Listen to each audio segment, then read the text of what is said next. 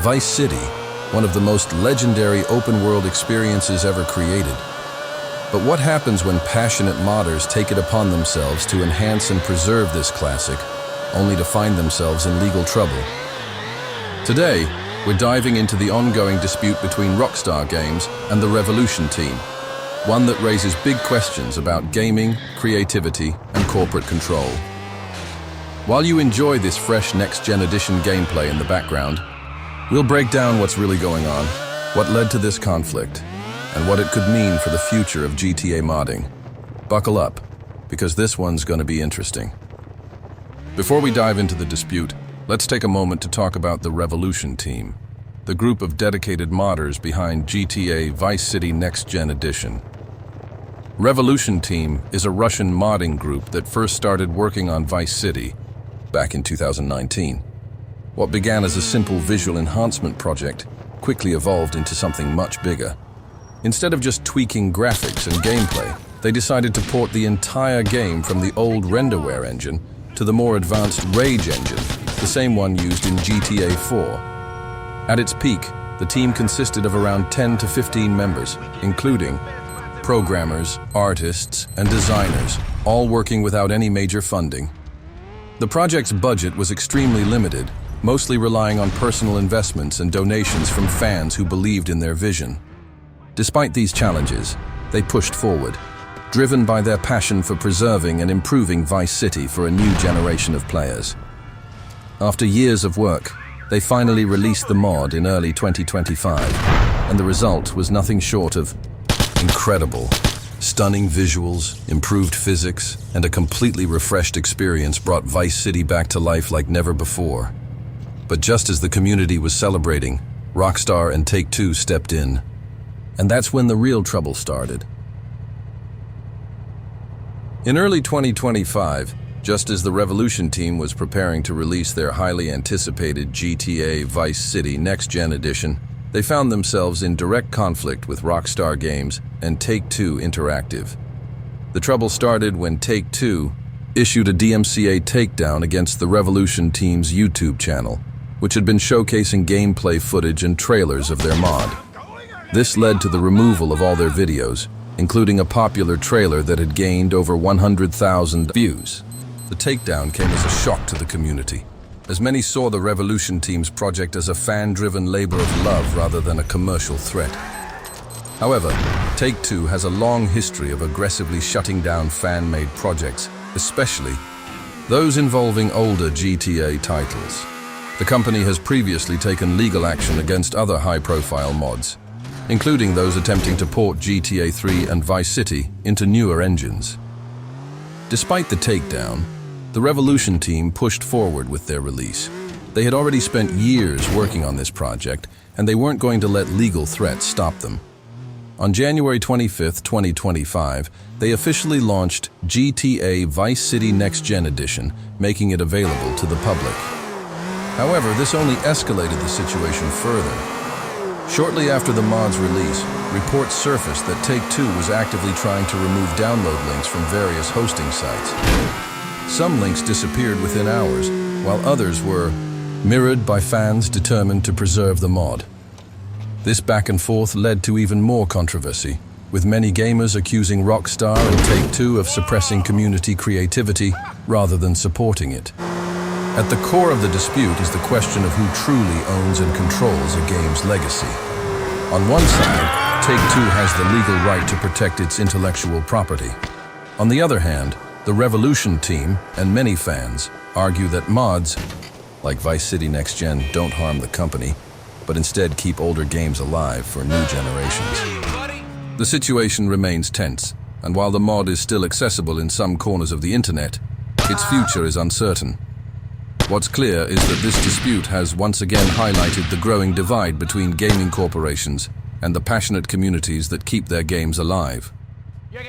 Now, imagine a different outcome. One where instead of legal battles and takedown notices, Rockstar and Take-Two recognize the talent and dedication of the Revolution Team. What if, instead of shutting them down, they reached out with an opportunity? Picture this. Rockstar sees the incredible work put into GTA Vice City Next Gen Edition and decides to bring the Revolution team on board as official collaborators. Instead of treating the mod as a threat, they acknowledge it as a passionate fan project that enhances the legacy of Vice City. In this scenario, Rockstar could provide official resources, giving the Revolution team access to better tools, assets, and even original source code. This would allow them to refine their work, optimizing it for modern consoles and PC, while maintaining the soul of the original game. The end result? A fully remastered Vice City experience, built by both the original developers and the dedicated fans who kept the game alive for over 2 decades. Not only would this benefit Rockstar by reinvigorating interest in Vice City, but it would also serve as a game-changing moment in the relationship between gaming companies and the modding community. It would set a precedent, showing that fan projects aren't just obstacles to be taken down, but valuable contributions that can lead to official partnerships. Sadly, this collaboration remains just a dream for now. But if companies like Rockstar took a more open-minded approach to passionate projects like this, we might see a future where fan creativity is embraced rather than silenced. Until then, we can only imagine what could have been, an official, next-gen Vice City made by the very people who love it the most. Now let's talk about why a collaboration between Rockstar and the Revolution team wouldn't just be a good idea, but could be a game changer. First, the Revolution team has already proven their skill and dedication.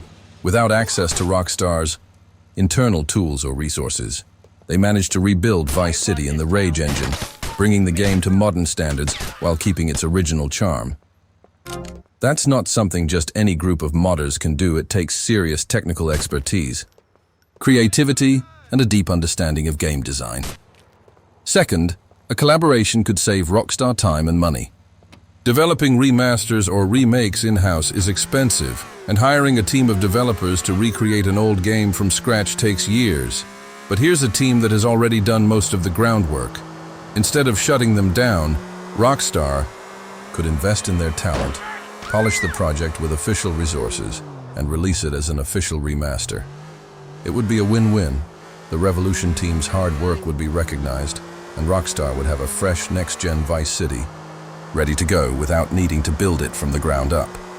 Third, this could strengthen Rockstar's relationship with the modding community. Right now, Take-Two and Rockstar have a reputation for being hostile toward modders. But imagine if, instead of lawsuits and takedowns, they worked with the community.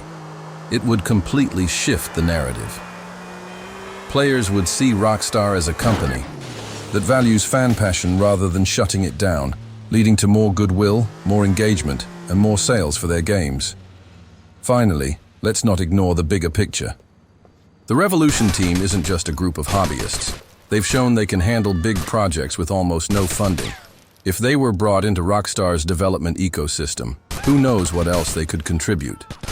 Maybe they help refine GTA 6 modding tools, or maybe they work on a future San Andreas remaster with the same love and attention to detail. The possibilities are endless. Rockstar has the chance to turn this whole situation into something legendary. Instead of legal battles, they could make history by embracing talented creators who genuinely love their games. It's not just about Vice City, it's about shaping the future of how gaming companies and modders work together.